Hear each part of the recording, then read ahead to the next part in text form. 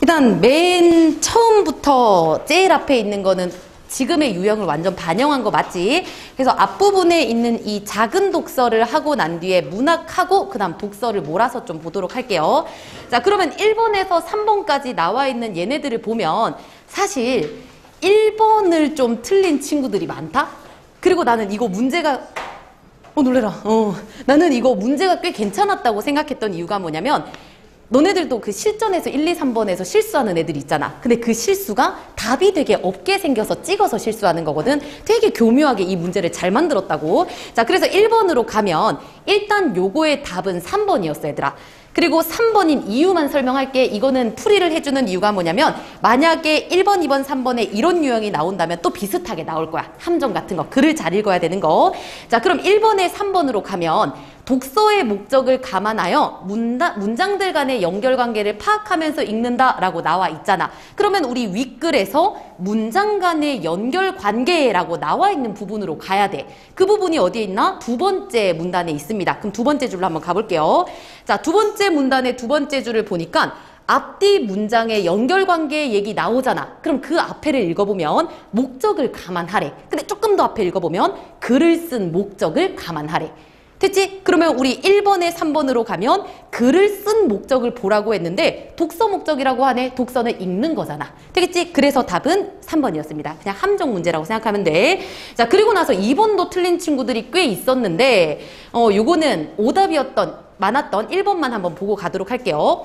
자, 일단 기억은 우리 기억이란 건 앞에 요약해야 된다라고 얘기하는 요거. 이 기억은 글을 제대로 읽는 방법. 그치? 요약해서 제대로 읽자. 요까지는 맞아요. 근데 니은은 글을 제대로 쓰는 방법이다라고 나와 있어. 근데 1번을 했다면 아마도 너네들이 위에서 맨 윗글 우리 보기에서 첫 번째 줄을 보시면요. 오른쪽에 요점을 추려내어 책을 만들 때 라고 얘기를 하잖아. 그럼 책을 만드는 게 쓰는 게 아닙니까? 라고 생각할 수 있는데 여기서 말하는 건 어떤 책이 있어. 그리고 이거를 요약본을 만들 때이기 때문에 내가 글을 쓰는 것과 다르게 요약한다라는 그 초점이 좀 맞아줘야 된다라고 생각하시면 됩니다. 이것도 사실 함정이지. 자, 근데 요거는 2번은 틀리면 안 됐던 게 2번이 너무나도 뚜렷했기 때문에 이제 가장 적절한 거라고 봐주시면 돼요. 자, 그러면 3번은 다 잘 한 것 같아서 넘어가도록 하겠습니다. 1, 2, 3번 유형은 참 재밌었던 것 같아. 자, 그럼 뒤로 좀 많이 넘어가셔서 우리 문학 먼저 보고 갈 건데 문학은 생각보다 많이 안 틀렸어, 얘들아. 그리고 18번에서 22번으로 먼저 가셔서요. 얘들은 너네들 잘 기억날 거기 때문에 그냥 오답 정도만 얘기하고 넘어가도록 할 겁니다. 자, 일단 쌤 개인적인 생각으로 18번에서 22번 문제는 전체적으로 다 좋았다고 생각해. 실제로도 나올 수 있는 거. 이감 정말 잘 만들었다고 생각을 합니다. 그리고 특히나 18번의 문제를 보면 서술상의 특징으로 가장 적절한 것은 이라는 문제가 나왔지. 이거 만약에 틀리면 실전에서도 틀려. 알겠지? 그러면 이걸 고치려면 어떻게 해야 되냐면 우리가 이때까지 배웠던 그런 소설들을 펴놓고 서술 방식에 대한 문제가 굉장히 많을 거야. 이 위치에 딱 있어요. 그래서 그런 것들을 보면서 선지 공부를 좀 하세요. 그리고 너네들이 공부하다가 쌤, 근데 서술자의 개입이 뭐죠? 잘 모르겠으면 물어봐야 돼. 이거는 그냥 개념에 대한 문제이기 때문에 개념을 알아야지만 풀 수 있는 문제라고 생각을 해요. 무조건 문제에 나올 거니까 18번 굉장히 좋았어.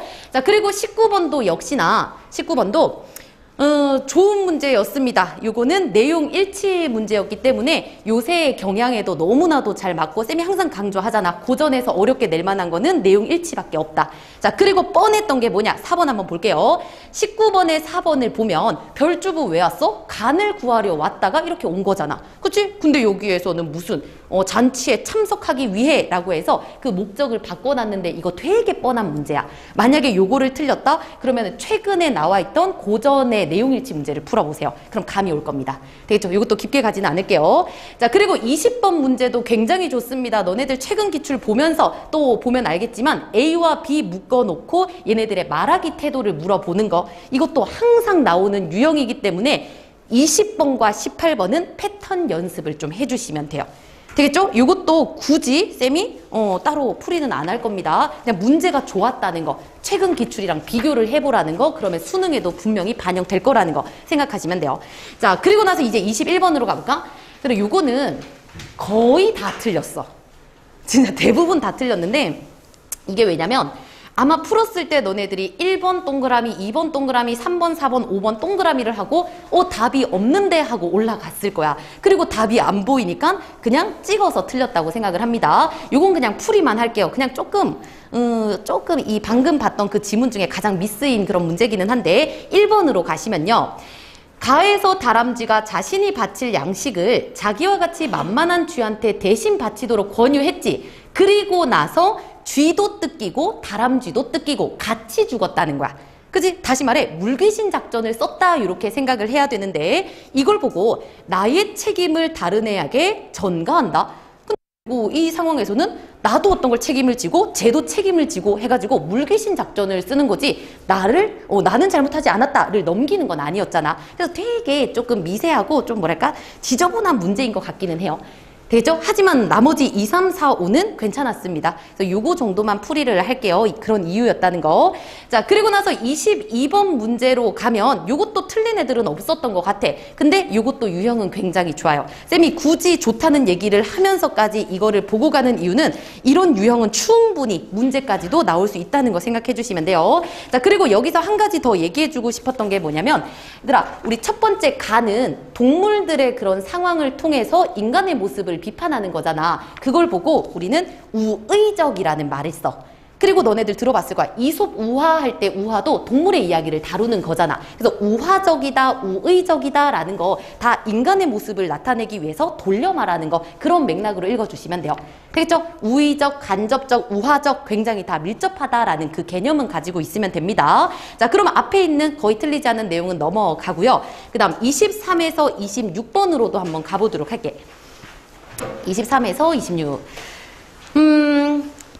일단 문제부터 보면 24번은 거의 다 틀렸어. 그리고 얘는 아까도 얘기했지만 없어도 되는 문제기는 해요.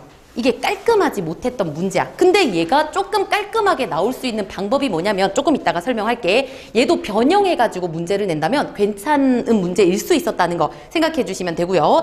그리고 여기서 또 의미 있었던 게 뭐냐면 25번 문제 있지. 이거 틀린 친구들이 좀 있었는데 쌤 생각하기에는 그래. 여기 나와 있는 지문이 첫 번째가 송미인곡이고 사실상 지금 앉아있는 친구들 중에 송미인곡을 잘 모르면 안 되는 거 맞지? 필수 문학이기 때문에. 그런데 너네들이 필수 문학 다 알고 있는데 25번을 틀린 이유가 뭐냐면 배경 지식이 많아서 그래. 그래서 요거를 풀었을 때 혹시나 뭐야 공간 대조 있었는데 천상계와 지상계 있었는데 라고 생각을 하고 풀었다면 이거는 다른 부분까지도 너네들이 그 생각이 개입돼서 라고 생각을 합니다. 그래서 여기서 쌤이 하고 싶은 말은 25번 같은 거 배경 지식을 너무 다 쓰려고 하지 말고 주어진 조건을 써야 한다라는 것도 생각을 해주시면 돼요. 자, 그리고 나서 여기 안에 있는 것도 한번 보기는 해야 되는데 일단 가글부터 한번 가서 보도록 할게요. 자, 가로 갑니다. 나는 애들아 쌤이랑 안 해도 되지? 송미인곡은 스스로가 공부해야 돼. 대신 밑에 있는 별 3위인곡 요거는 쌤하고 같이 한번 보기는 할게요. 자, 일단 가부터 읽어보면 시간은 되게 단일한 화자와 독백적 목소리를 담고 있지만 이 두 작품처럼 표현 효과를 높이기 위해 요거는 밑줄 했지? 둘 이상의 화자를 내세워 대화의 구조. 근데 너네들이 벌써 배워서 송미인곡 대화인 거 알고 있었을 거야. 그치? 근데 별 3인곡도 대화구나 생각하시면 되고요. 자, 그리고 이제 두 번째 문단으로 가면 송미인곡에서는 쫓겨난 여인을 저 각시라고 부르며 말을 거는 제1화자, 그리고 제1화자에게 어이구 너로구나 라고 말하는 제2화자가 등장한대. 그리고 별 3위인곡에서도 제1화자가 처지를 얘기하고 제2화자가 위로해주는 역할을 한다. 자, 그러면 요거를 쌤이 아까 얘기한 것처럼 24번의 문제를 좋게 만들기 위해서 얘네들이 썼으면 좋았던 게 뭐냐? 요거요. 송미인곡에 여인 1하고 2가 나오고 별 3위인곡에 1하고 2가 나와. 그럼 너네들이 요거를 보면서 바로 정리를 했으면 좋았던 게 얘가 위로하는 여자지. 그냥 부르는 여자. 부르는 여자. 그리고 여기서는 차인 여자가 2다라는 거 정도 정리하고, 그리고 우리 별 3위로 가면 1이 차인 여자야. 그리고 2가 요거는 위로하는 여자. 자, 그러면은 결국 여기서 주인공은 얘하고 얘다라는 거 생각을 하면 좋은데, 문제가 깔끔해지기 위해서는 요거를 표나 아니면은 좀 시각화해서 보여줬으면 훨씬 더 좋았을 것 같다는 생각은 들어요. 그래서 요게 만약에 표화돼 있으면 24번 문제는 굉장히 좋은 문제가 됐을 거야. 왜 그런지 가볼게. 자, 조금 더 읽어보면, 또한 별 3위인곡은, 요게 특이했지 얘들아, 밑줄 그었어야 돼. 별 3위인곡은 송미인곡의 작품 속 인물에게 말을 건네는 상황. 작품은 다른데 얘네들이 말을 걸 거래. 그치? 특이한 거 맞지? 자, 그리고 두 작품에는 각각 2명씩의 화자가 등장하므로 4명의 화자가 있는데, 그 중에 별 3위인곡의 제1화자, 다시 말해 차인 여자죠. 그치? 이 차인 여자가 송미인곡의 제2화자, 누구? 송미인곡에서 차인 여자. 그러니까 차인 여자들끼리 또 얘기를 하는 부분이 있나 봐. 자, 그 여자를 부르며 그와 자신의 처지를 비교하는 것이다. 자, 이에 대해 작가는 이러이러한 차이점이 있는 걸로 보인다 라고 얘기하고 이제 마무리가 돼요. 자, 그러면 요게 조금만 시각화가 됐다면 결국 차인 여자가 요 차인 여자에게 야, 우리는 이런 차이가 있구나 라고 하면서 비교하는 그런 어떤 뭐랄까 조건을 줬던 그런 문제였다고 생각을 하시면 돼요. 이렇게 시각화하면 되게 쉽잖아. 되겠지? 그래서 얘들아, 요거 가지고 24번 먼저 가시면요. 24번. 되게 웃겨. 안에 있는 내용 상관없이 5번으로 가볼게요. 상관없이 5번. 자, 5번을 읽어보면 구름이나 바람이나 된들 무엇 할 거 이딴 거 필요 없어. 제2화자의 말은, 그럼 지금 지정한 거는 이 여자의 말은 이잖아. 그치? 별에서 이 여자의 말은 죽어서 나골이 돼서라도 임과 함께 하겠다는 제2화자에게, 근데 여기서는 제2화자에게래. 근데 우리 조건으로 줬을 땐 뭐라고? 이 차인 여자가 차인 여자에게 말하는 건 있지만 얘가 얘기하는 건 없었잖아. 그치? 그렇기 때문에 5번이 답일 수밖에 없어. 됐나요? 그래서 이게 만약에 시각화됐다면 문제는 참 좋은 거지. 근데 이게 눈에 보이지 않았기 때문에 아우 지저분하고 뭐라고 하는 거야 라는 느낌은 가질 수 있었을 것 같아. 그래서 좀 신박했습니다. 24번을 버리지 않으려면 이런 시각화가 머릿속에 좀 있었어야 됐다라는 것까지 얘기할게. 그리고 이거 무슨 내용인지는 이해되지?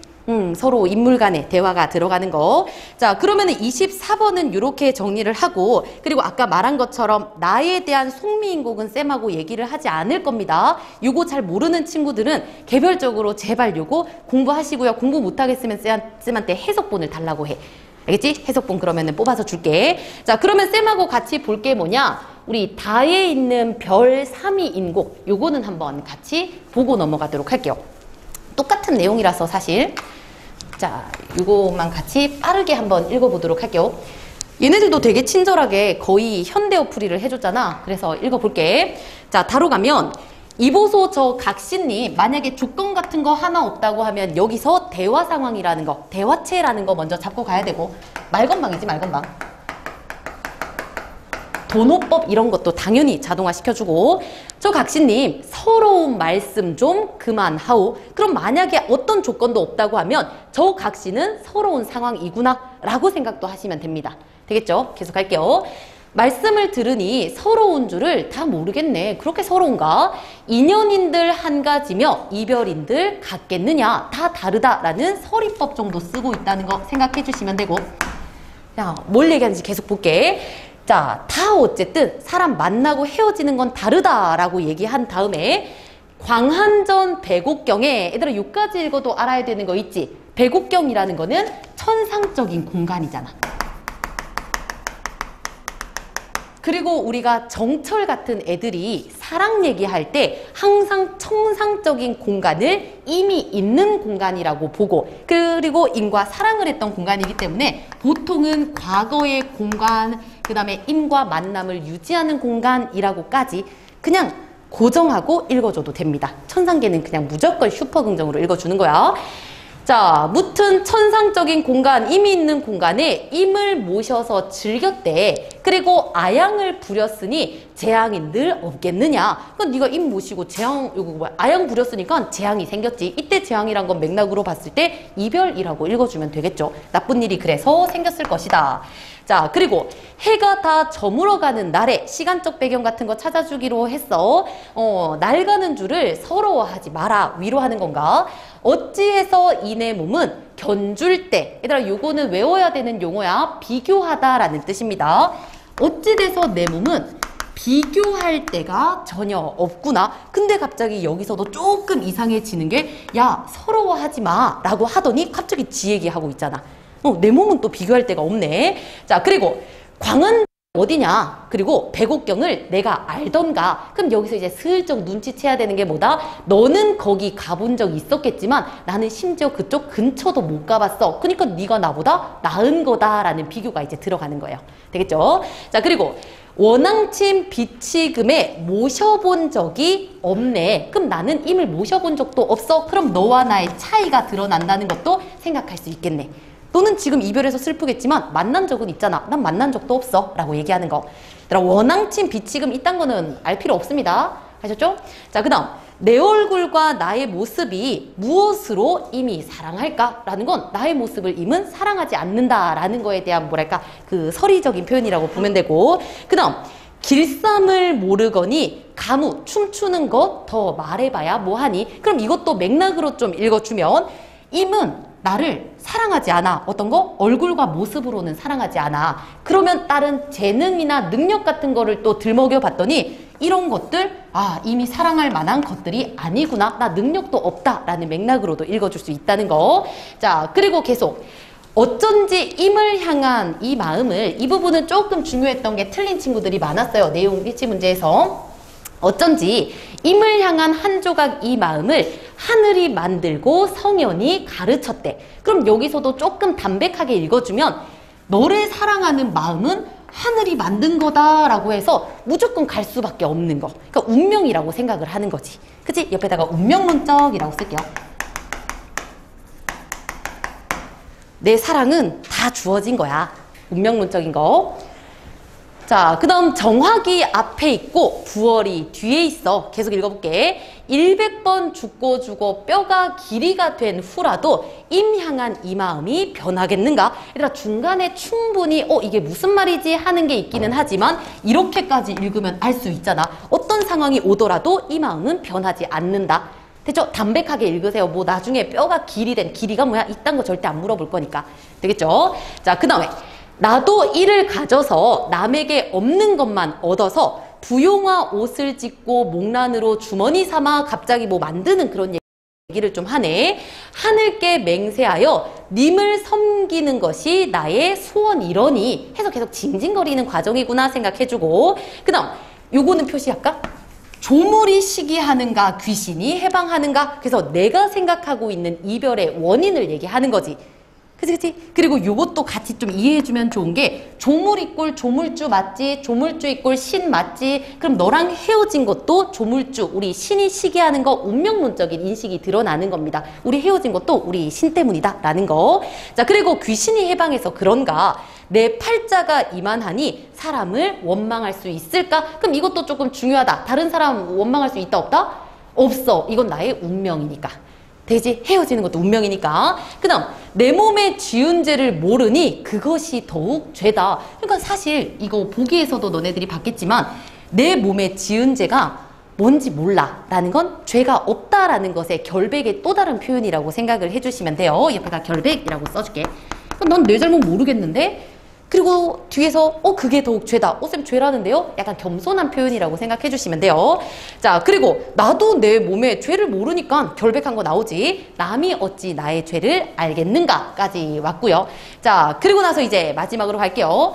중략 후에 어이고 이 각시님 그래도 그러하느냐. 갑자기 위에서 한탄하고 난 뒤에 각시님을 부르는 거 보니까 다른 여자의 말이 나오는 것 같습니다. 자, 그 다음 팔자를 어찌하며 천륜인들 도망가겠느냐. 이것도 역시나 운명론적인 거 맞지? 너 도망갈 수 없는 팔자다. 계속 그냥 살아야 된다. 그 다음 더하고 덜한 걸 분별해서 뭐 할래? 구별하지 마. 그냥 받아들여. 힘들고 덜 힘든 거. 그 다음 구름이나 바람이나 된들 뭐 할래? 그러니까 될 필요가 없다는 거야. 돼도 안 돼도 상관없다. 그리고 각시님 잔이나 가득 부으시고 시름을 잊어라. 징징거리지 말고 그냥 술 마시고 운명 받아들여라 하고 끝나는 거. 되겠죠? 그래서 조금 익숙한 익숙한 낯선 시 맞죠? 요거는 송민국이랑 이어졌다는 걸 통해서 요 정도 읽어줄 수 있으면 되는 거. 자, 그랬을 때 나머지는 문제만 해설하고 넘어가도록 하겠습니다. 자, 23번은 안 봐도 될 거야, 얘들아. 방금 읽었던 것들 정리하면 4번이 답이라는 거 금방 찾을 수 있을 거고 24번도 넘어가겠습니다. 그리고 25번 아까 얘기한 것처럼 배경 지식 조심해줘. 그리고 얘는 풀이하지 않을게. 너네들 뒤에 있는 서리적 표현, 대구적 표현, 상승 이미지, 공간 대조, 시간 관련한 표지 여러분들이 복습하면서 찾으세요. 자동화하는 그 내용이라고 보면 되지. 자, 그리고 26번은 쌤이 한번 아까 언급했던 게 뭐냐면 그 성현 나오는 거. 하늘이 심으시고 그 다음 성현이 가르쳐서 제발 맥락으로 읽어 얘들아. 여기서 한 말은 너를 사랑하는 마음은 하늘이 만들었다. 이게 끝이야. 근데 굳이 4번으로 가서 타고난 천성과 후천적인 배움이 부족하다. 여기서 학문이 부족하다. 이런 얘기를 왜 해? 사랑 얘기할 때. 되겠지? 그래서 우리 26번 틀린 친구들은 맥락을 제발 보면서 담백하게 읽으세요. 이 말을 왜 했는지 생각하는 거. 뒤로 넘어가겠습니다. 자, 그러면은 고전도 넘어가보고 그러니까 문학에서 조금 지저분한 것들 제외하면은 괜찮은 문제들이 꽤 많았지. 자, 그리고 27에서 30으로 가면요. 누군가 나에게 말했다. 이거 수특이나 수안에 나왔던 거 맞지? 그치. 그래서 연계가 조금 돼 있는 내용이었다고 보면 되고. 그리고 나 부분도 그냥 정리만 할게 얘들아. 나에서 하고 싶은 말은 뭐였냐면 쉽게 살지 말라고. 고통과 시궁창 같은 현실을 겪으면서 성숙해야 된다라고 하는 내용이 끝이었습니다. 간결하게 말하는 이유는 다 잘 맞았어. 그래서 별로 풀이할 게 없기 때문에 간결하게 말할게요. 자, 대신 27번으로 가서 가장 적절한 것을 찾는데 이것도 3번만 좀 보고 가겠습니다. 보고 가는 이유는 어휘 때문이야. 자, 당위를 나타내는 진술이라고 하는데 얘들아, 당위는 뭐뭐 해야 한다. 그지? 뭐뭐 해야만 한다라는 게 당위라는 거 생각해 주시고요. 그리고 나에서는 그 부분이 어디에 나와 있었냐면 6번째 줄 딱 볼까? 저자로 나가서 뒤섞여 보아야 한다. 뭐뭐 해야 한다라고 나와 있으니까 당위적이라는 말 찾을 수 있는 거고. 그리고 질문 되게 많았어. 다시 한번 27에 3으로 가면 단정적 진술이라고 말하는 거 있지. 진짜 A는 B다. 이게 단정적인 거야. 그치? 그럼 이게 나에서는 어떻게 나타나? 마지막 줄에 오래 사는 길이다. 묻히는 길이다. 라고 해서 딱 잘라 말하잖아. 되겠죠? 그래서 애들이 조금 많이 질문이 나왔던 단정적인 거, 당위라는 거, 어휘 몰라서 틀리면 안 된다는 것까지 설명을 하고 넘어갈게요. 자, 그리고 28번으로 가면 이것도 다 잘 맞아서 굳이 얘기할 필요 없는데 후회와 자책 아니잖아, 5번. 그치? 여기서 말했던 주제의식과 같이 생각하면 됩니다. 그래서 쌤이 옛날에 상담하면서 좀 숙제 준 친구들이 있을 거야. 우리 현대 시를 보고 그래서 하고 싶은 말이 뭔데를 찾아야 했던 애들 이거 찾기만 하면 맞출 수 있어요. 왜냐? 아까 말한 것처럼 나는 고통을 좀 가져야 된다. 그래야지 성숙하게 시를 쓸 수 있다라는 거니까. 자, 근데 후회와 자책이 나오면 안 된다는 거. 이거는 주제, 전체적인 내용 정리하는 것과 연관된 내용이라고 생각하시면 돼요. 자, 그리고 29번으로 가면 얘도 틀린 애들이 조금 있기는 했는데 A와 B만 좀 짚어보고 가자.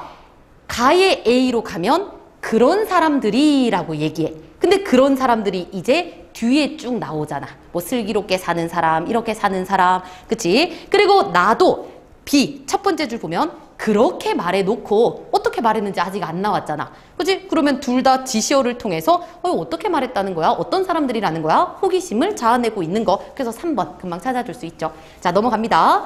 자, 그리고 30번으로 가면 얘들아 얘는 이게 아까 쌤이 처음에 말했던 1, 2, 3, 4가 좀 별로인 거고 5번 답이 괜찮았던 거인 것 같아. 그래서 5번만 좀 보고 가도록 할게요.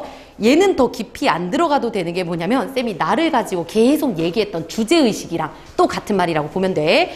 이거 5번 찾는 사람들 진짜 잘 찾았어. 자, 볼게요.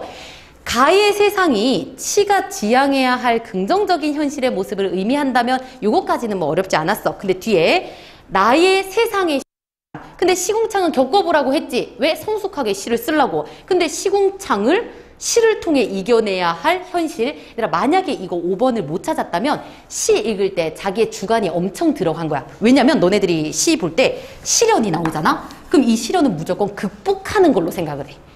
무조건 의지를 가지고 헤쳐나가야 된다라고 생각을 하면 5번은 맞는 소리일 수 있다라고 생각하는 경향이 많거든. 근데 여기서는 이 시궁창 받아들여야 돼. 왜 우리가 성숙할 수 있는 기회니까 라고 읽어준다면 답이 5번일 수밖에 없다는 거. 그래서 이 5번 선지는 굉장히 괜찮았던 것 같아요. 혹시나 5번 틀렸던 친구들 자기의 주관이 개입되지 않았나 까지도 같이 생각해 보시면 됩니다.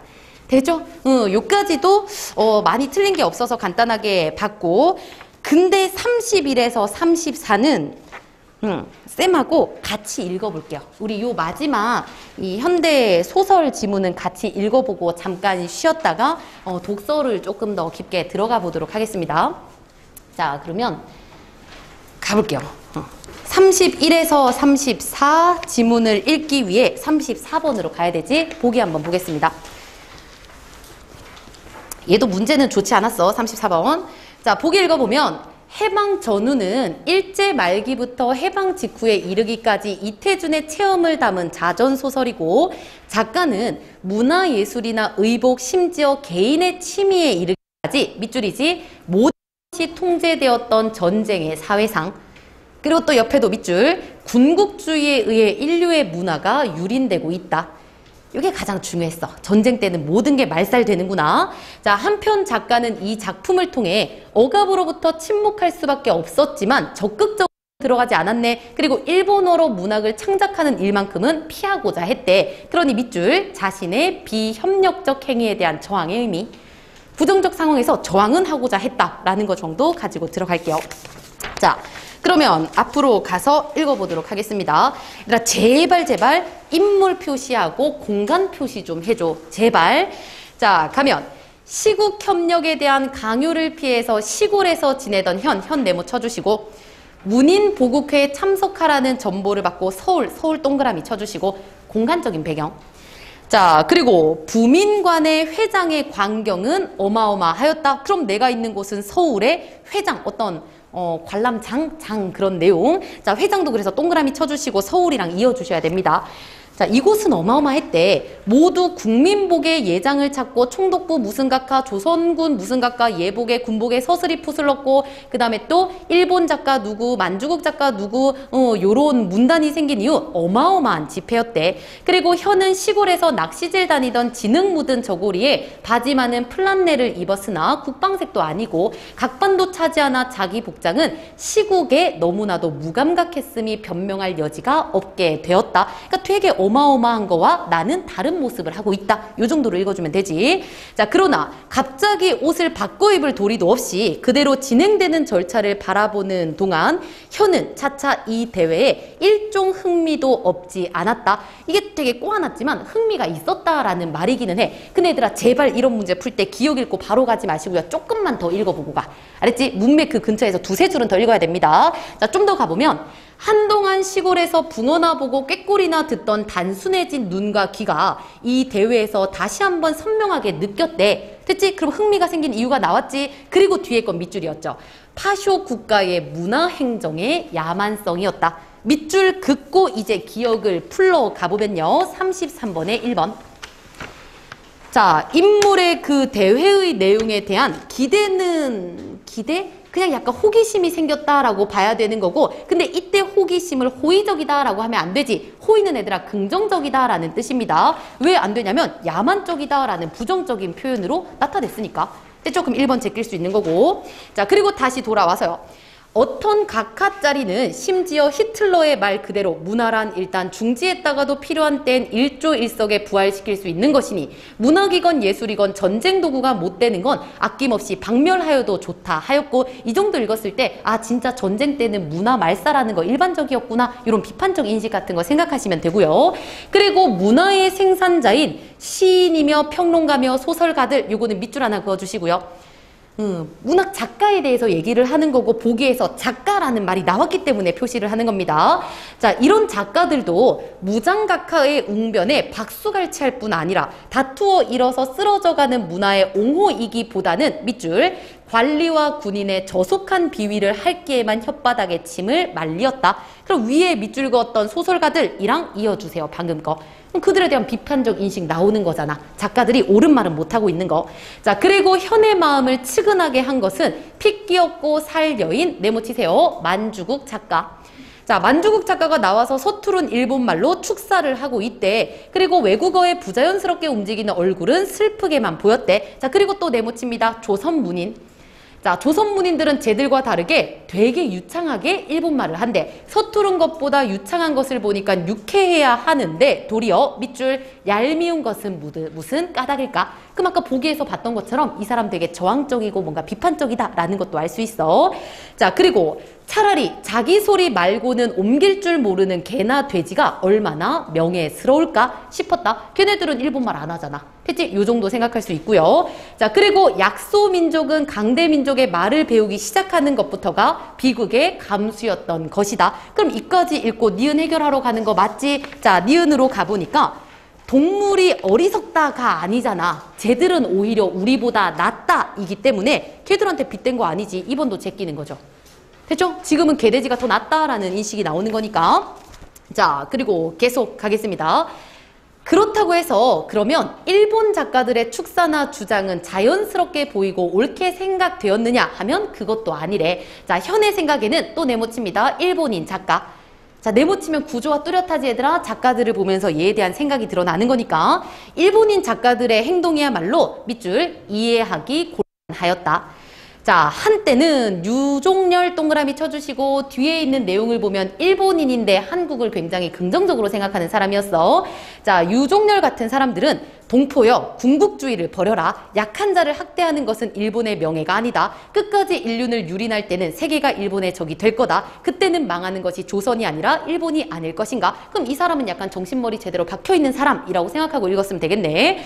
자, 하고 외쳤고 한때는 히틀러가 조국이 없는 유태인들을 추방하고 진시황처럼 법문 용례를 빙자해 철학 문학을 불지를 때 이것에 밑줄 제법 항의를 결의한 문화인들이 일본에도 있지 않았는가? 밑줄 긋고 유종렬이라고 표시한 거랑 이어주시면 됩니다.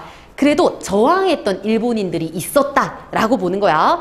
자, 근데 그들은 지금 뭘 하고 찍소리도 없는 것인가? 다시 비판하는 거지. 물론 걔네들도 양심 있는 문화에는 상당히 순한 힘들 줄을 안다. 그러나 너무나도 무사태평 가만히 있는 것 아닌가? 이런 생각에서 펀뜩 박수 소리에 놀란 혀는 차츰 자기도 등단해야 될 그 만주국 작가보다 더 비극적으로 얼굴의 근육을 경련시키면서 내용이 더 구린 일본어를 배설해야 된다는 걸 깨달을 때 또 여태껏 일본 문화인들을 비난하며 있던 자기 속을 들여다볼 때 너는 뭐냐? 너는 무엇하러 여기에 와 있는 거냐? 그리고 혀는 무서운 꿈속이었다. 그럼 무서운 꿈속 요것도 밑줄 하나만 그어주시고요. 자, 디귿 먼저 해결하러 가보면 그럼 어쨌든 얘가 지금 이 자리에서 저 사람도 까고 이 사람도 까고 얘도 까고 있는데 중요한 건 나도 똑같이 걔들처럼 해야 된다는 거야. 됐지? 근데 이걸 보고 무서운 꿈속이다 라고 말한 거 보니까 33번에 3번 자기가 하게 될 연설의 내용에 대해 거부감을 느끼는 거 맞지? 도망가고 싶다고 하잖아. 무섭다고 하니까. 됐죠? 그럼 답은 3번 쉽게 찾을 수 있었을 겁니다. 자, 계속 한번 가보도록 할게요. 계속. 뛰어도 그 자리에만 있는 꿈속처럼 혀는 길을 쓰고 뛰듯해서 밑줄 겨우 자리를 일어섰다. 벗어나고 있는 거 중요한 거 맞지? 왜 보기에서 저항적인 사람이라며. 그러니까 뭔가 저항의 행위를 한다는 것 자체가 특이한 거죠. 자, 일어서고 보니까 걸음은 꿈과는 달라 옮겨지긴 하네. 모자가 남아있는 것도 의식하지 못하고 혀는 모든 시선이 올가미를 던지는 것 같은 회장을 슬그머니 빠져나오고 말았다. 그 뒤부터는 좀 가볍게 읽으면 됩니다. 얘가 나오고 있을 때 사람들의 눈을 의식하고 있구나. 이 정도로 보면 되기 때문에 33번에 4번 함정에 빠졌다까지 갈 필요가 없는 거지. 그냥 남의 시선 의식한다? 좀 두렵나? 이 정도 생각하고. 자, 그리고 계속 어찌 될 것인가? 의장 가야마 선생은 내가 나설 순서를 지적할 거야. 문인보극회 간부들은 어마어마한 고급관리와 고급군인들 앞에서 창씨 안 한 내 이름을 외치면서 찾게 되겠지 하면서 이제 생각도 합니다. 자, 위에서 누가 내려오는 소리가 나네. 혀는 변소로 들어섭니다. 변소 동그라미 쳐야 되는 거 맞지? 왜? 공간의 이동이 드러났잖아. 자, 그리고 내려오는 사람은 절거덕 소리, 칼소리가 났고 이 부민간 식당에서 언젠가 우리 문인들에게 너희가 왕국 신민으로서 충성하지 않을 때 이 칼이 너희 목을 용서하지 않을 것이다 하던 그도 우리 동포인 무슨 중자인가 그자인지 그 사람도인지도 모르는데 절거덕 소리는 변소로 들어오는 눈치다. 그러니까 예전에 협박당한 걸 생각하면서 무섭겠지. 그리고 혀는 얼른 대변소 속으로 또 들어갔어. 그리고 소변을 끝낸 칼소리의 주인공은 나갔네. 그러나 그 뒤를 이어 다른 구두 소리가 들어서 특이한 게 있다면 청각적인 심상을 통해서 긴장감 만드는 거 맞습니다. 누구든 이 속을 엿볼 리는 없을 것이나 혀는 시골에서 낚싯길을 가던 그 산등성이에서 순사 부장과 맞닥뜨렸을 때처럼 꼼짝 못하겠다. 하고 싶은 말 두렵다 이거잖아. 됐지? 자, 변기는 씻겨 내려가는 시기였으나 무더위로 독하도록 불결한 냄새가 나고 혀는 담배를 꺼내 물었고 아무리 유치장 깜빵 속이라고 하더라도 이다지 좁고 이다지 더러운 공기는 아닐 것이다. 그럼 이런 얘기하는 이유 현실이 시궁창 같다라는 걸 얘기하는 거잖아. 비교하면서 자, 사람이 드나드는 곳 치고 용무 위에 머무르기 힘든 곳은 변소구나 라고 느낄 때 쓴웃음도 나왔대. 자, 3층에서 박수 소리가 울려지고 조용합니다. 그리고 나서 밖으로 나오고 도망칩니다. 끝났죠? 자, 이렇게 봤을 때 33번 문제는 읽으면서 해결하는 거 확인할 수 있을 거고, 그리고 31번으로 가면 얘들아 너무 쉽지 않아? 답 2번이지. 왜? 우리가 읽을 때 표시하고 그 다음 밑줄만 잘 그어도 이런 거 얼마나 한 15초 만에 풀 수 있는 게 아니겠어? 그래서 31번 같은 서술상 특징 아까도 강조했습니다. 제발 요새 기출 보면서 우리가 이때까지 풀었던 거 보면서 이 패턴들을 확인해 주시고요. 자, 그리고 32번 내용 일치였는데 요거는 1번 맞지 얘들아? 계속 어마어마한 광경이었다. 그리고 상상 속에서도 무슨 각하 얘기하는 걸 통해 지위가 높고 낮음을 가리지 않았다. 뭐 낮은 신분의 사람의 얘기를 안 했으니까 답은 1번일 겁니다. 이것도 아마 1번부터 5번까지 쭉 내려와서 답이 없는데 하고 올라갔을 것 같기는 해요. 자, 그리고 33번 됐고 34번은 얘들아 이거는 뭐 풀이도 안 해도 되기는 하는데 얘가 일본 문화인들을 떠올리기는 했잖아. 옛날에 유종열인가? 이 사람을 생각하면서 유종열 같은 사람들은 다 뭐하냐? 편하태평하게 있는 거 아니냐? 이런 생각을 하기는 했어. 근데 중요한 건 4번에 그런 일본 문화인들이 문화를 침탈하고 유린한 건 아니잖아. 그치? 일본이 우리 걸 침탈하는데 문화인들 너네들 뭐하고 있냐? 늘 얘기하는 거기 때문에 답은 4번입니다. 좀 마음에 들지는 않아요. 자, 그래서 문학은 일단 이렇게만 봐주는데 사실 요거를 풀어보고 만약에 틀린 게 있더라도 24, 30, 34를 제외하고는 진짜 실제 유형이랑 너무나도 비슷해서 잘 풀었으면 하는 마음이 커. 쌤이 중요하다고 했던 걸 많이 틀린 친구들은 돌아가서 개념화 먼저도 다시 했으면 하는 마음이 듭니다. 자, 그러면 우리 잠깐만 좀 쉬었다가 쌤하고 그 다음 시간부터 독서를 좀 보도록 할게요. 자, 독서 제일 첫 번째 지문 보면은 환원에 대한 건데 요거는 쌤이랑 수업을 하고도 한 번 꼭 더 읽어봐. 다시 읽어보면 내용이 구조화가 굉장히 잘 보일 겁니다.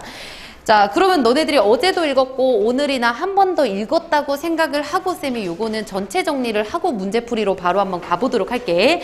일단 가 부분부터 보면 얘네들을 정리하면 뭐냐면 T2와 T1이 나와 있는데 이제 1차 이론과 2차 이론을 이렇게 만들어 놨대. 되겠지? 자, 그리고 여기서 준 가장 큰 정보가 2차 이론은 1차 이론으로 환원된다라는 말을 해줬어. 그리고 이 환원된다라는 말은 다시 말하면 1차 이론이 있어. 먼저 있던 이론에서 새로운 이론이 도출된다라는 말이래. 그치? 근데 여기서 너네들이 이 딱 두 줄을 보고 첫 번째 거는 좀 낯설어야 되는 게 맞는데 두 번째 거는 너무 당연한 얘기 아니야 얘들아? 1차에서 2차가 나온 거야. 내가 생명과학을 만들고 생명과학에서 파생된 뭔가가 나온 게 2차인 것처럼. 그래서 이게 같은 말이다 라고 봐주시고요. 그리고 여기서 정리했던 게 동질적 환원이라는 거는 그 용어를 똑같이 쓰는 거야. 다시 말해 1차 이론이 있잖아? 그럼 1차 이론에서 썼던 말들을 2차 이론에도 쓰는 거네? 되겠지? 이렇게 생각을 해주면 돼. 그래서 2차에 쓰는 건 전부 다 1차에서 이미 쓴 거다라고 생각하시고요. 그리고 중요한 건 이질적 환원이라는 거였는데 얘는 쌤이 맨날 수업 시간에 하는 거 치환. 똑같은 말이 다른 용어로 나타날 수 있다 이꼴 이질적 환원이다 라고 보시면 되는 거였습니다. 자, 근데 글을 조금 더 읽어보면 이질적 환원은 어떤 조건을 만족시킬 때 성립하는가 라고 해서 여기에 포커스를 맞추고 있다는 것도 생각하시면 돼요. 그러니까 얘에 대한 얘기는 끝난 거야. 됐지? 자, 이때 두 가지가 나오는데 이질적 환원이란 거 자체가 치환을 하는 거기 때문에 얘네들이 같은 말이다라는 거를 증명하기 위해서는 이런 방법이 필요하대요. 자, 첫 번째 1차 이론하고 연결 법칙이라는 게 있어야 되는데 이 두 가지로부터 2차 이론이 도출되어야 하는 게 일단 이질적인 환원이래. 되겠지? 그럼 너네들이 아까 본 거에서 나오지 않은 이 연결 법칙이란 걸 알아야 되는데 이 연결 법칙은 뭐냐면 용어가 동일한 것을 지칭해야 된다라는 말 이꼴 연결 법칙이라는 거야. 되겠지? 그래서 쌤이 좀 예시가 지금 잘 안 떠오르기는 하는데 강아지를 강아지라고 말할 수도 있지만 네 발 달리고 귀엽고 막 항항거리는 거라고 이렇게 치환하듯이 되겠지? 이렇게 바꿔 말할 수 있다 이꼴 연결 법칙이라는 거야. 됐죠? 자, 그러면은 연결 법칙을 통해서 이질적 환원하는 건 알겠어. 근데 이거에 대해서 두 가지 입장이 있대요. 일단 첫 번째, 네이글이라는 사람은 얘가 방금 말한 거 똑같아. 그냥 1차 이론이 있고 걔에 대한 연결 법칙이 있잖아? 그러면은 T2가 도출될 수 있다. 이게 네이글입니다. 되겠죠? 근데 요거에 살짝 좀 반기를 들면서 하는 말이 뭐였냐면 샤프너가 근데 T1과 연결 법칙으로부터 T2만 도출된다고 하면 너무 범위가 좁은 거 아니야? 범위를 좀 넓혀보자. 다시 말해 똑같은 T2가 나오지는 않는다 하더라도 교정본 살짝 좀 비슷하게 말할 수 있는 것도 포함하는 게 어떨까라고 얘기했던 게 끝이야. 되겠지? 그러면은 이까지 봤을 때 사실 가에 대한 내용은 요렇게 정리되는구나로 생각하고 가시면 됩니다. 되나? 애들 이해는 됐지? 너네들 풀었던 거 생각했어야 돼. 그래서 쌤이 이렇게 적을 수 있다는 것 자체가 구조화가 굉장히 뚜렷했다는 거야. 근데 너네들의 오답을 보니까 문제가 어디서 생기냐면 요거를 구조화를 못 시키는 데서 되게 큰 실수들이 있더라고. 자, 그러면 쌤하고 한번 요 내용이 왜 나왔는지 한번 볼게요. 일단 우리 6번으로 한번 가보세요. 얘들아 6번 문제. 자, 기억은 방금 읽었던 네이글이고요. 니은은 샤프너입니다. 됐죠? 근데 여기서 혹시나 답을 1번을 한 친구들이 있잖아? 그러면 중요한 건 뭐냐면 이 네이글이나 샤프너는 둘 다 이질적 환원을 얘기할 때 나온 애들이야. 근데 1번을 하면 안 되지. 동질적인 걸 포함하고 있다. 이런 얘기를 하면 안 된다고요. 되겠죠? 그리고 나서 5번도 마찬가지 얘들아. 6번에 5번 하거나 1번 한 친구들은 구조화가 안 됐다는 거야. 5번으로 가면 그 느는 모두 동질적 환원의 경우 얘들아 이거 이질적 환원이라니까? 이렇게 읽어주는 거야. 알겠지? 그리고 얘는 풀면서 쌤이 어떤 생각이 들었냐면 혹시 옛날에 너네들 풀었던 것 중에 그거 기억 안 나? 동종이식과 이종이식. 그리고 이종이식의 문제점 두 가지 딱딱 주면서 거기서 가장 어렵게 나왔던 게 이종이식의 문제점을 말해야 되는데 동종이식을 가지고 온 그런 문제들이 있었거든. 그러니까 그런 유형도 굉장히 구현을 잘 해낸 거야. 알겠죠? 여기서 강조하는 거는 구조화입니다. 머릿속으로 이런 흐름으로 가고 있다 정도는 생각해줘야 돼. 자, 그리고 우리 6번을 본 김에 해결 좀 하고 가면 1번, 5번은 당연히 아니어야 하는 거고 그리고 4번은 뭐 항상 성공하는 경우 마지막 그냥 이거는 내용 일치로 읽으면 되니까 안 제끼고요. 2번과 3번 중에 답은 일단 2번이야. 그리고 2번 참 말 좋지 않아? 우리 네이글은 샤프너보다 더 엄격해. 왜? 교정본이라는 그 범위를 넓히지 않았으니까. 그래서 답은 2번이에요. 되겠죠? 근데 3번은 함정이었어. 우리 교정되는 상황도 포함하자고 했잖아. 근데 교정되는 게 뭐야? 연결 법칙이 교정되는 게 아니라 T2, 2차 이론이 교정되는 거였잖아. 그래서 함정입니다. 함정. 됐나요? 이거는 이렇게 해결을 해주고 문제는 괜찮았다고 생각을 합니다. 자, 그리고 나서 우리 5번으로 가면 1번도 해결할 수 있기 때문에 1번도 좀 보고 갈 건데 보면 동질적 환원의 사례에서는 1차 이론에 사용하는 모든 용어가 2차 이론에도 사용된다. 자, 근데 이거는 내용 일치로 가면 어떻게 우리 첫 번째 문단으로 가시면 돼요. 첫 번째 문단. 자, 그리고 우리 하나, 둘, 셋, 넷, 다섯, 여섯 번째 줄로 가면 자, 환원하는 1차 이론인 중력 이론에서 사용되는 용어들에 포함되어 있는 이른바 동질적 환원에 국한된 사례이다 라고 얘기를 하고 있어. 그러니까 다시 말해 방금 읽은 게 순서가 이렇게 1차부터 2차가 나왔잖아. 그러니까 2차에서 쓰는 말은 당연히 1차에서 나온 적이 있는 말이야. 됐니? 1차가 먼저니까 2차에서 쓰는 말은 당연히 1차에서 있던 말이다. 이거를 얘기하는 거거든. 근데 5번에 1번으로 가면 1차 이론에서 쓰는 말은 다 2차 이론에 있다. 거꾸로 말하는 거잖아. 그래서 답은 1번이에요. 이것도 아마 너네들이 쭉 보면서 답이 없는데 해서 찍었을 것 같은데 1번 찾은 애들은 진짜 눈썰미 플러스 이 글에 대한 이해도가 되게 높은 거야. 1에서 2로 도출되니까 2가 더 하위 개념이구나 이렇게 생각을 하는 거지.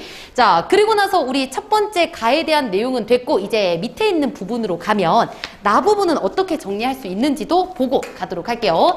자, 나 부분으로 갔을 때 똑같이 환원에 대한 얘기를 합니다. 과학 분야 B2가 과학 분야 B1으로 환원된다. 근데 우리 아까 봤잖아. 이게 뭐라고? 과학 분야가 먼저 첫 번째 과학 분야가 있는데 여기서부터 두 번째가 도출된다 라고 보면 되는 거. 그래서 똑같은 얘기를 하고 시작하는 거라고 생각하시면 됩니다. 자, 그리고 나서 여기도 구조화가 잘 됐었는데 그렇다면 과학 분야에서 환원이 모두 성공할 거냐에 대한 두 가지 입장이 있었어. 그리고 모두 성공합니다. 그렇게 되면 통일을 이루는 겁니다 라고 얘기했던 애가 오펜하임과 퍼트넘이라는 사람이야. 되겠지? 자, 그럼 이 사람들이 또 어떤 얘기를 하냐면, 자, 환원이 모두 가능한 얘기가 뭐냐면요. 모든 과학은 부분과, 모든 세상은 부분과 전체라는 위계를 가져. 그리고 이 부분은 너네들이 좀 놓친 친구들이 많을 텐데, 이거는 본문으로 갈게요. 우리 본문에서 오른쪽에 두 번째 줄 일단 가주시면 되고요. 본문에서 오른쪽에 그냥 두 번째 줄. 자, 이 두 사람은 이렇게 말합니다. 두 번째 줄에. 부분과 전체라는 관점에서 파악되는 위계를 갖는데 일단 밑줄 그어주고 바로 밑에 묶어주세요. 기초 입자들로부터 원자, 분자, 세포, 다분자, 생명, 그 다음 사회, 집단순 다 놔주세요.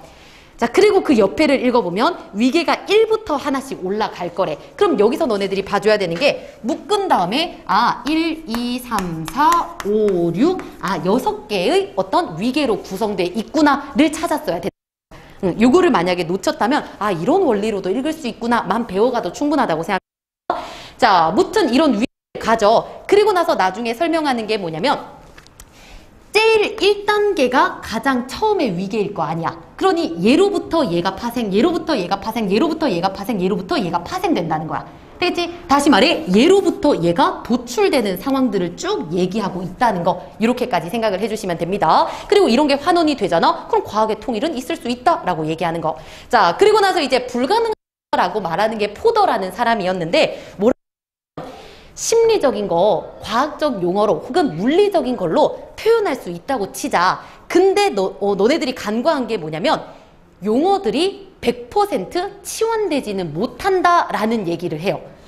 되죠? 그래서 여기서는 예시로 무슨 말을 했었냐면 보자. 기억에 대응하는 물리적 이론에서의 용어를 찾는다고 할 때 해마에서의 물리적 변화이지만 다른 생명체일 경우 해마가 아닐 수 있다라는 얘기를 하는 거야. 그래서 모든 생명체에서 나타나는 공통적인 사건이 없잖아? 그러면 연결 법칙이 없습니다라고 얘기하면서 치환이 안 되잖아. 그러니 환원될 수 없다라는 말을 해요. 됐죠? 그래서 이렇게 정리하면은 이런 식으로 된다는 거 같이 생각을 해주시면 됩니다. 근데 쌤이 정리해온 이유가 뭐야? 구조화가 너무나도 잘 돼 있는 글이기 때문에 언어적으로 풀 수 있었던 글이라고 생각을 합니다. 자, 그러면은 방금 정리했던 거 가지고 나머지 문제들 좀 해결하고 가면, 자, 4번 문제는 거의 안 틀렸다고 생각을 합니다. 그리고 요런 유형 항상 나오잖아, 독서에서. 답은 3번이었다는 거 생각하시고, 그리고 뭐 따로 설명하지 않고 넘어갈게요. 자, 그리고 5번으로 갔을 때 얘들아, 요거는 3번에 오답이 꽤 많았거든. 근데 3번으로 가시면요, 요거 하나만 좀 보고 갈게요. 오펜하임과 퍼트넘에 따르면, 오펜하임과 퍼트넘은 무슨 얘기를 했다? 위계를 가진다라는 얘기를 했어. 그치? 자, 그리고 나서 뒤에 보면 경제학 이론을 통해 시장에서의 가격 결정을 개인들의 선호로 설명할 수 있다라고 얘기를 하네. 근데 이거는 본문에도 그대로 나왔지만 다시 한번 이해할 수 있는 게 뭐냐? 시장이라는 거는 집단이야. 그치? 근데 이 집단을 설명하기 위해서는 그 위의 위계인 여기서부터 도출되기 때문에 이해할 때 요거의 도움을 받을 수 있다라는 거잖아. 되겠죠? 그래서 요게 이해가 되면 그 다음부터 문제 푸는 거는 크게 어렵지 않을 겁니다. 그래서 3번 오답 한 친구들은 이런 구조 때문에 해줘. 그리고 만약 이거 이해 못한다 하더라도 그대로 나와 있었어. 내용 일치로도 풀 수 있었던 겁니다. 자, 그리고 나서 6번도 제끼고 7번으로 가면 얘들아 요건 다 맞았더라. 내용 일치 문제고 그냥 언어적으로도 풀 수 있었으니까 7번 넘어갈 거고요. 자, 그리고 나서 이제 8번으로 한번 가보도록 할게. 자, 8번으로 가면 요거는 한번 보기 쌤하고 같이 보도록 할게요. 크릭과 와스는 생명체의 세포 안에 있으면서 유전 정보가 담겨 있는 것으로 여겨지는 밑줄 분자 수준의 물질인 DNA. 자, 요거를 밝혀냈대. 그리고 DNA를 이루는 염기들의 서열이 다양한 유전 정보에 해당한다는 사실도 알아냈대요. 일단 이거를 먼저 알아내고 난 뒤에 이후에 분자생물학자들은 멘델의 이론에서 사용된 용어인 이러이러이러한 것과 동일한 것을 지칭한다라는 가정하에 나머지 이론들을 분자 수준에서 더욱더 정확하게 설명하는 이론으로 대체했다. 그럼 너네들이 이거 보고 이 글을 같이 읽으면서 생각을 했었던 게 뭐냐면 두 가지 이론이 나왔잖아.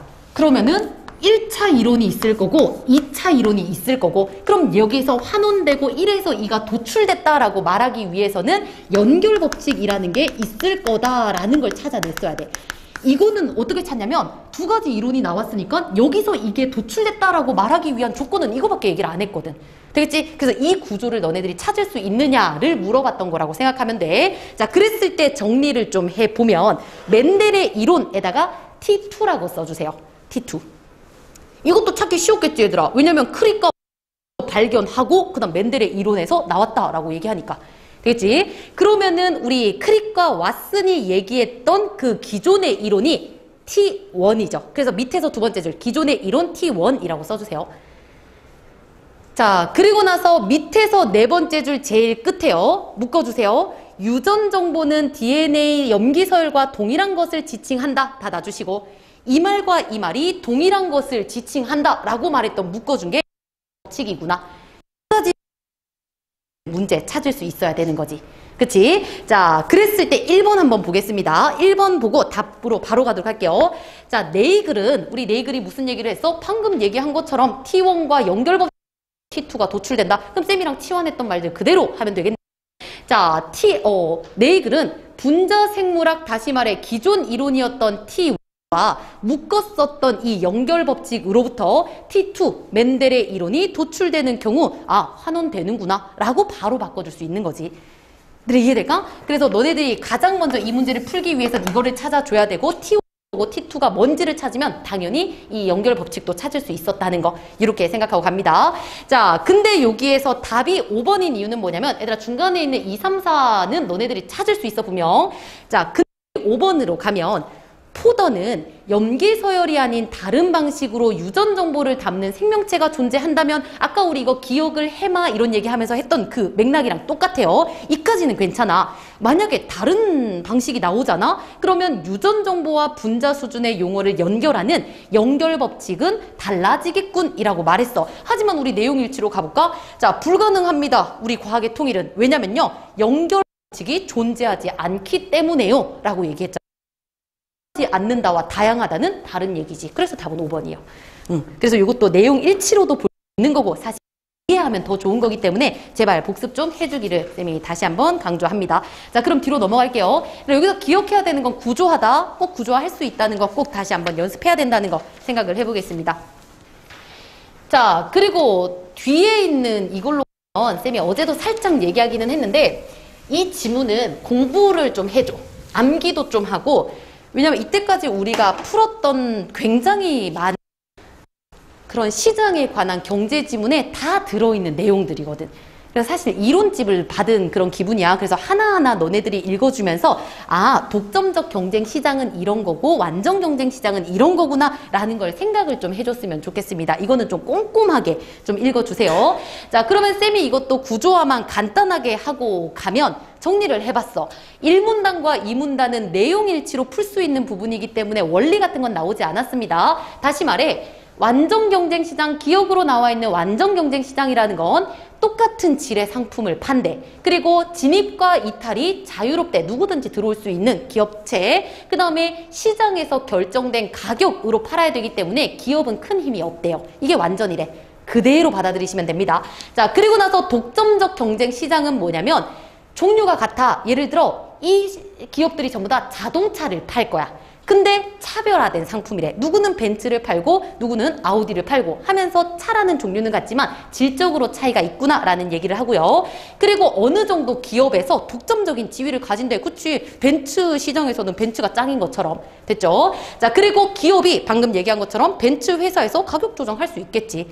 그래서 이런 얘기를 해주고 그리고 독점 시장으로 가면 독점하는 거야, 말 그대로. 그러니까 다른 기업은 들어올 수가 없대. 경쟁조차가 안 돼. 그러니 기업이 자기 마음대로 가격을 결정하겠지. 됐죠? 그래서 이제 요거는 비교해라, 차이를 가지고 내용일치해라 라는 내용으로 나왔던 걸 거야. 정리할 필요 없어. 그대로 나와 있는 거야. 자, 그리고 나서 이제 조금씩 중요한 것들이 나오기 시작합니다.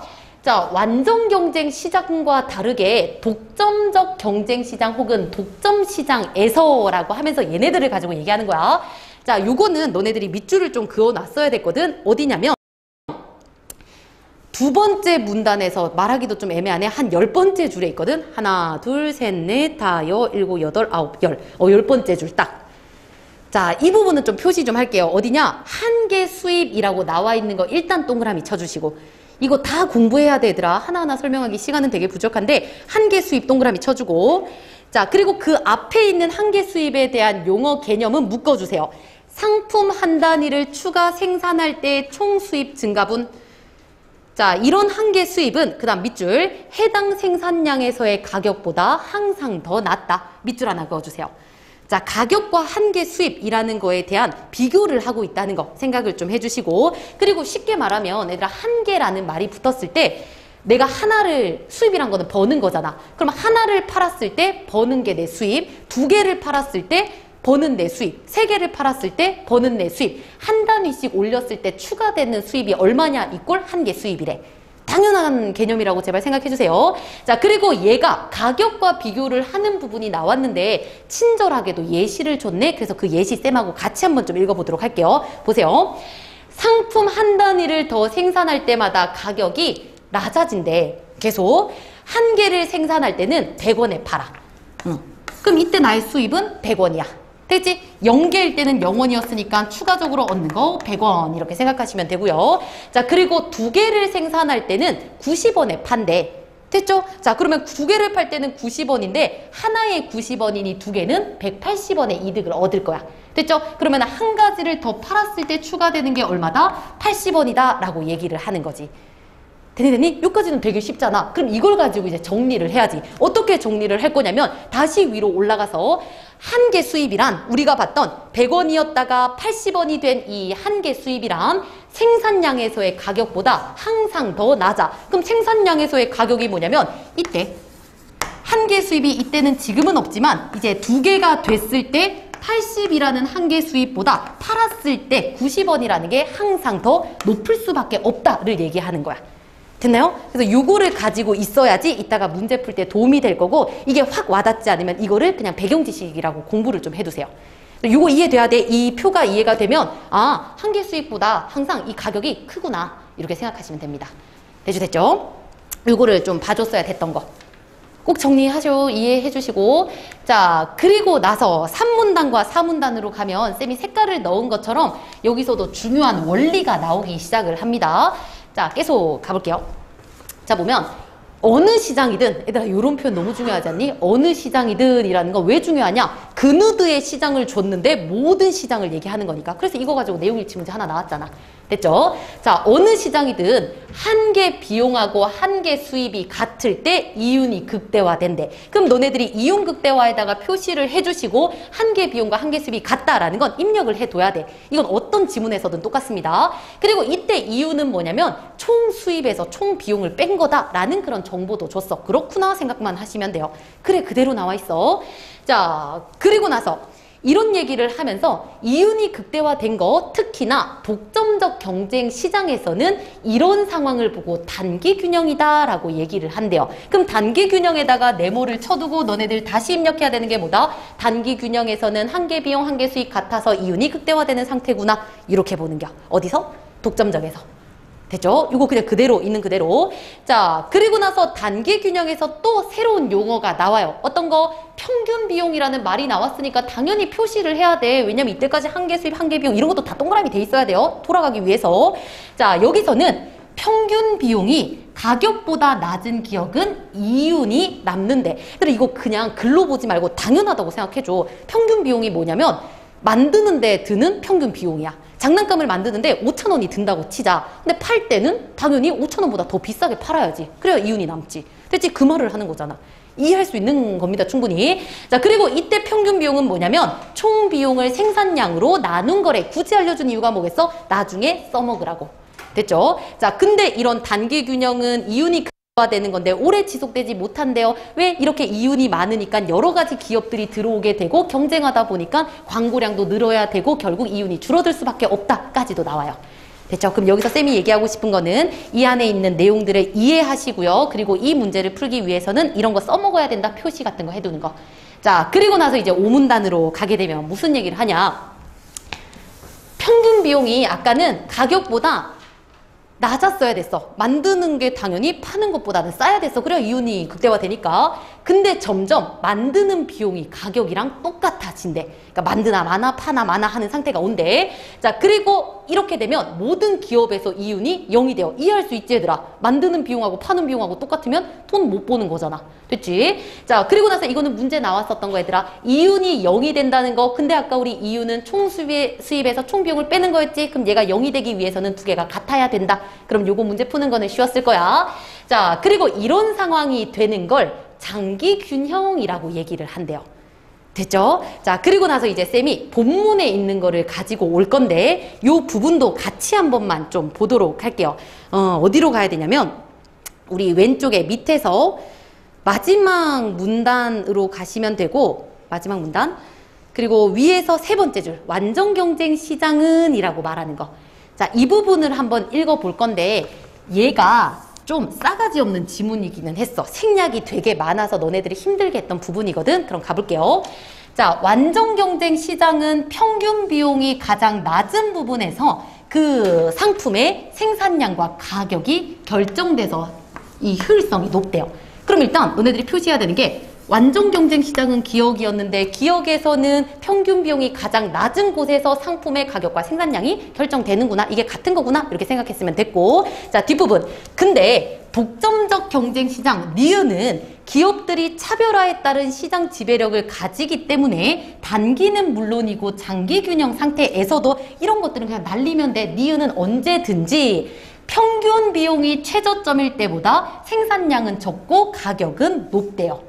됐지? 그럼 이게 뭘 의미하는 거냐면 아까 우리 완전 경쟁 시장은 쌤이 그냥 대충 그래프로 볼게. 평균 비용이 가장 낮은 게 여기라고 치자. 그럼 여기서 가격이랑 생산량이 결정된다고 했잖아. 근데 방금 읽은 건 뭐냐면 우리 니은에서는 평균 비용이 여기 가장 낮을 때 가격하고 생산량이 있을 거야. 이때보다 생산량은 더 적고 이거를 생산량이라 할까? 그럼 생산량은 더 적은데 가격은 높다라고 해서 이 두 점을 비교하라는 말이었어. 이해될까? 이거 나 이해하는데 조금 걸렸거든. 그러니까 글이 너무 안 친절하기 때문에. 그래서 아까는 이 가장 낮은 데서 여기와 여기가 얘네들의 가격과 생산량이 결정되는 거야. 근데 우리 이 니은으로 가면 뭐라고? 여기서 아까 결정됐지? 근데 이때보다는 생산량은 더 낮고 가격은 높아. 두 점이 비교가 된다라는 거 생각했으면 됐어요. 됐죠? 그리고 여기까지 딱 설명을 하면 이제 이거 가지고 어떻게 문제를 풀어야 하는지까지도 갈 수 있을 겁니다. 자, 쌤하고 좀만 더 가보도록 할게. 자, 일단 10번으로 가면 요거는 틀리면 안 됐지 얘들아. 종류가 다른이 아니라 종류는 같은데 차별화됐다라고 했으니까 10번에 1번 내용 일치니까 제끼고요. 아까 벤치 얘기했던 그거야. 자, 그리고 11번으로 가면 애들아 4번만 볼 겁니다. 한계 수입 곡선과 한계 비용 곡선이 만날 때 요거 이윤이 극대화된다. 어느 시장이든. 그럼 그느드 전부 다 해당해야 되는 거기 때문에 답은 4번이요. 됐죠? 이것도 내용일치 너네들 왔다 갔다 하면서 찾을 수 있어. 그리고 13번 아까 얘기한 것처럼 총수익과 총비용이 같아지면 이윤이 0원이 되는 거. 이것도 괜찮잖아. 그럼 문제는 12번이었기 때문에 다시 말해 너네들이 10번, 11, 13은 맞추고 12는 버려도 됐다는 거야. 이게 조금 세 문제는 가지고 갈 수 있었어야 됐던 거야. 자, 그러면은 이제 우리 오늘 마지막 지문이 될 것 같은데 일단 12번으로 가서 요거는 쌤하고 같이 볼게. 요것도 약간 좀 투머치한 그런 문제였기는 한데 충분히 앞에 것들로 풀 수 있었다는 거 생각하고 가도록 할게요. 뭘 써먹어야 되는지 위주로 좀 가겠습니다. 먼저 독점적 경쟁 시장이라는 말을 해줬다는 거 조건이었다는 거 생각해주고, 자, 기업 A는 항상 한계 수익과 한계 비용이 같아져. 그리고 요거 우리 얘기했었잖아. 그치? 한계 비용과 수입이 같아지는 게 뭐다? 이윤이 극대화되는 거였고, 그리고 이때를 단기 균형이라고 한다라는 거는 그대로 가지고 올 수 있어야 돼요. 자, 그 다음 이거에 같아지는 지점에서 가격과 생산량을 결정할 거래. 자, 그러면은 이제 밑에 또 읽어볼게요. A의 상품 생산량이 Q1일 때 단기 균형이 된대. 그럼 너네들이 여기서 가지고 와야 되는 게 뭐다? 단기 균형 상태는 한계 비용과 한계 수입이 같다. 그리고 이윤이 극대화된다. 라는 걸 그냥 가지고 오는 거. 그치? 자, 그리고 이때 각각의 총 수입과 한계 비용은 3천과 3만 원이다.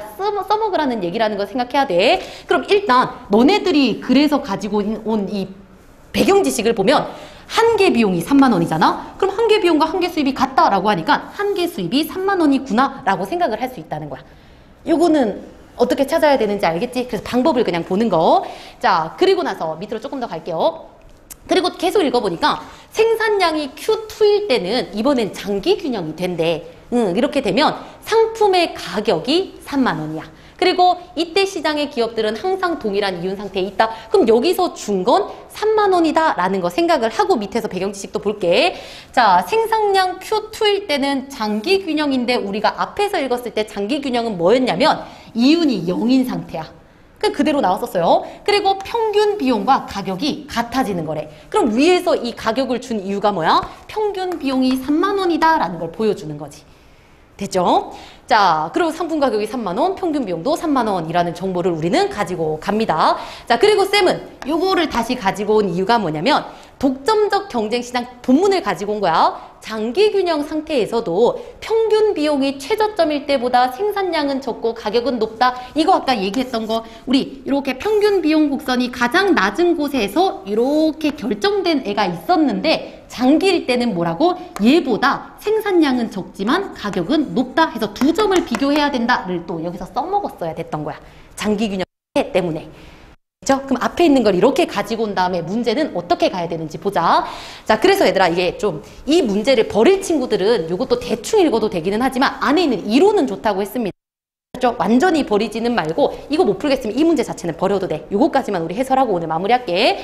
자, 그러면 이제 1번부터 갈 건데 앞에서 가지고 온 거라고 보시면 돼요. 자, 1번을 가면 생산량이 Q1일 때 A가 판매하는 상품의 가격은 3만 원보다 높겠군. 얘들 아까 나랑 100원, 90원 그거 했던 거 기억나지? 그리고 그때 거기서 뭐라고 얘기했냐면 한계 수입은 해당 생산량에서의 가격보다 항상 더 낮다. 그러니까 한계 수입이 가격보다 낮다라는 얘기를 해줬어.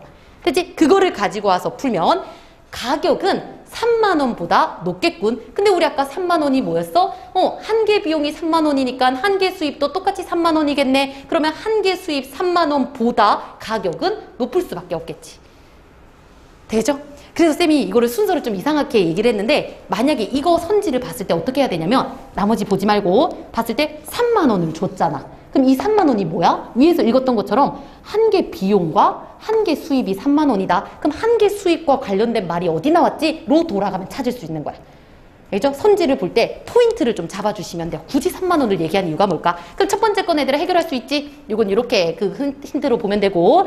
자, 그리고 두 번째로 가보면 자, 생산량이 Q1일 때 다시 말해 우리 단기 균형일 때 A가 생산하는 상품의 평균 비용은 3만 원보다 높을 수 있겠군. 자, 그러면은 볼게요. 평균 비용. 이거 평균 비용으로도 가야 되는구나. 이거 진짜 내들아 너무 문제 어렵지. 이것도 본문에 또 나와 있는 건데 단기 균형에서 이윤이 극대화될 때는 만드는 비용, 다시 말해 평균 비용. 아까 얘기했던 거야 얘들아. 그 장난감을 만들 때 5천 원이 든다면 파는 건 당연히 5천 원보다 크면 된다는 거지. 그치? 그거를 일단 알고 있어야 되는 거고. 자, 그럼 이렇게 생각해 보면 돼. 얘들아, 평균 비용이 3만 원보다 높다고 치자. 만드는 비용이 3만 1천 원이라고 치자. 그럼 이윤 극대화 하려면 어떻게 하면 돼? 3만 1천 원보다 높으면 되잖아. 됐지? 그러니까 평균 비용은 높을 수도 있는 거지. 가격만 더 높으면 돼. 되나요? 그것 때문이야. 이것도 원리가 그렇게 숨어 있는 거라고 생각하면 돼. 자, 그리고 나서 이제 세 번째로 가보면 자, 생산량이 Q1이 됐어. 단기 균형이 된 후에 새로운 기업들이 들어오잖아. 그러면 Q2는 Q1보다 당연하지. 내가 이윤 극대화할 때 10개를 만들었는데 시장들이 많이 들어와. 그럼 사람들이 내 거 덜 살 거 아니야. 그러니까 줄일 수밖에 없겠지. 이건 당연한 거. 생산량이 줄어드는 거. 자, 그리고 이제 밑으로 내려가면 이게 참 웃겼는데 이거 재밌어요. 생산량이 Q2일 때 A의 생산에 소요된 총 비용은 그대로 갈게. 총 비용은 3만 원에다가 Q2를 곱한 X보다 적겠군이라고 나와 있어. 근데 그거를 그대로 용어를 한번 바꿔보자고. 우리 Q2는 뭐야? 생산량이라고 했어, 생산량. 자, 그리고 우리 3만 원은 뭐야? 여기서 줬던 거. 얘가 장기 균형이다. 평균 비용은 가격이다. 근데 가격이 3만 원이니까 평균 비용은 3만 원일 거야. 그럼 이때 3만 원이 왜 곱하라고 한 거냐? 얘가 평균 비용이니까. 그대로 갖다 놓으니까 요런 형식이 돼요. 자, 근데 또 하나 너네들이 가지고 올 수 있는 게 뭐냐면 총 비용을 어떻게 구했더라를 생각할 수 있어. 어떻게? 평균 비용은 총 비용을 생산량으로 나누는 거래. 그러면 우리 총 비용 구하려면 뭐 하면 돼? 생산량을 여기다가 곱해주면 되는 거잖아. 그치? 그럼 생산량이 뭐야? Q2야. 평균은 뭐야? 3만 원이야. 그럼 총 비용은 Q2 곱하기 3만 원이잖아. 그치? 그럼 같다라는 거 알 수 있지? 그러니 여기서 적겠군이라고 말하면 안 된다는 거지. 되겠지? 그러면 여기서도 너네들이 가져가야 되는 건 뭐냐면 각각의 개별적인 그 해설보다는 이거를 써먹기 위해 왜 굳이 3만 원을 곱했으며 그리고 총비용이라는 말을 썼으니까 총비용이 뭔지가 나왔던 그 공식으로 갔어야 됐다는 거. 그럼 너네들 충분히 풀 수 있다고. 알겠지? 경제는 다시 한번 풀어보는 이유가 그것 때문입니다. 써먹을 때 빨리 갈 수 있는 거. 자, 그리고 이제 마지막으로 갔을 때 아까 그거 얘들아. 아까 우리 두 점을 비교해야 되는 거. 자, Q2일 때 장기 균형에서 주어진 평균 비용 곡선의 최저점에서 가격과 생산량이 만들어진다고 했어. 그치? 근데 장기 균형 상태일 때나 언제든지 어떻게 한다고? 이 최저점일 때와 다르게 생산량은 적고 가격은 높다며. 되겠죠? 요 두 점을 비교해 보면 자, 평균 비용 곡선의 최저점에서의 상품의 가격은 3만 원보다 낮겠군. 이라고 했을 때 밑에 그대로 자, 이때 3만 원은 우리 상품 가격이었어.